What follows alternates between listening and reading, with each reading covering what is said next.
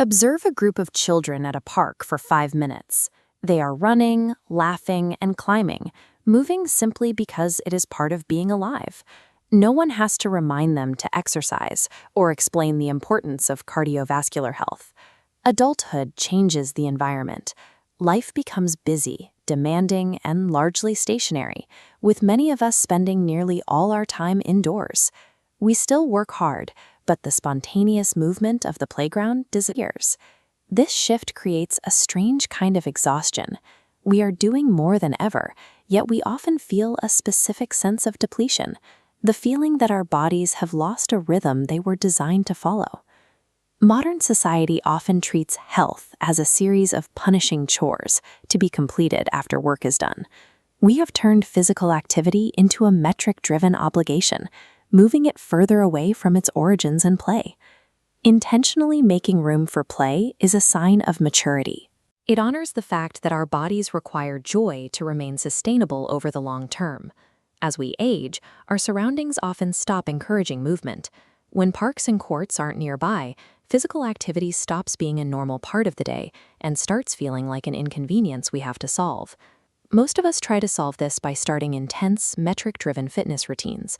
We rely on sheer willpower to drag ourselves through activities we don't actually like, simply because we feel we should. The problem is that discipline eventually gives way to reality. This chart shows how willpower acts as a finite resource. When the difficulty of a task remains high and the enjoyment remains low, the habit inevitably breaks. Recreation changes the math. When you add enjoyment to the graph, it takes over the heavy lifting of habit formation. You don't have to force yourself to do something you are already looking forward to.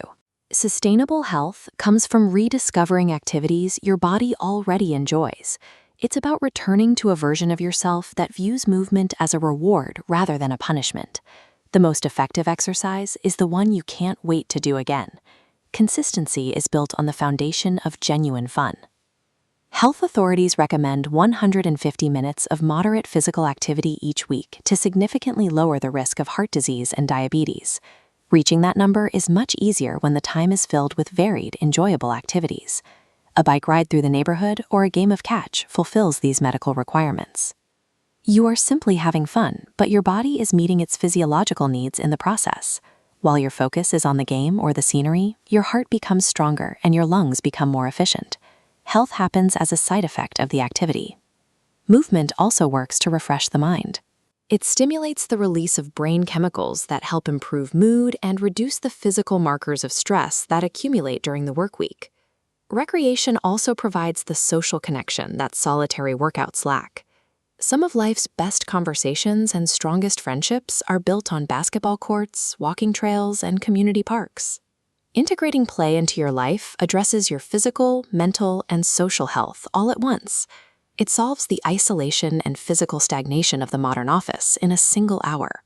Spontaneous movement can happen anywhere, adapted to the street or the local park. When adults embrace this, they reclaim a lifestyle that values activity over convenience.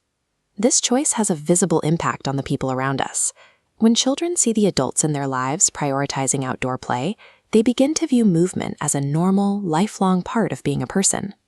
A Saturday morning at the park can easily become a family tradition.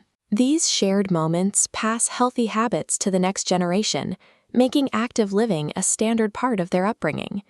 Taking time for your own recreation helps create a more energetic and connected community. It starts with one person deciding that play is a worthwhile use of their time. Schedule recreation with the same respect you give to a business meeting.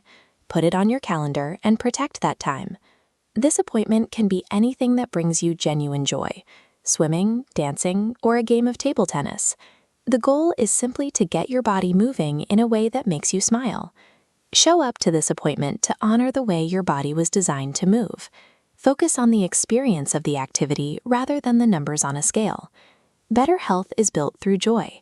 The habits that stay with us for life are almost always the ones we truly love doing. This week, give yourself the permission to stop working and start playing. Your long-term health depends on it.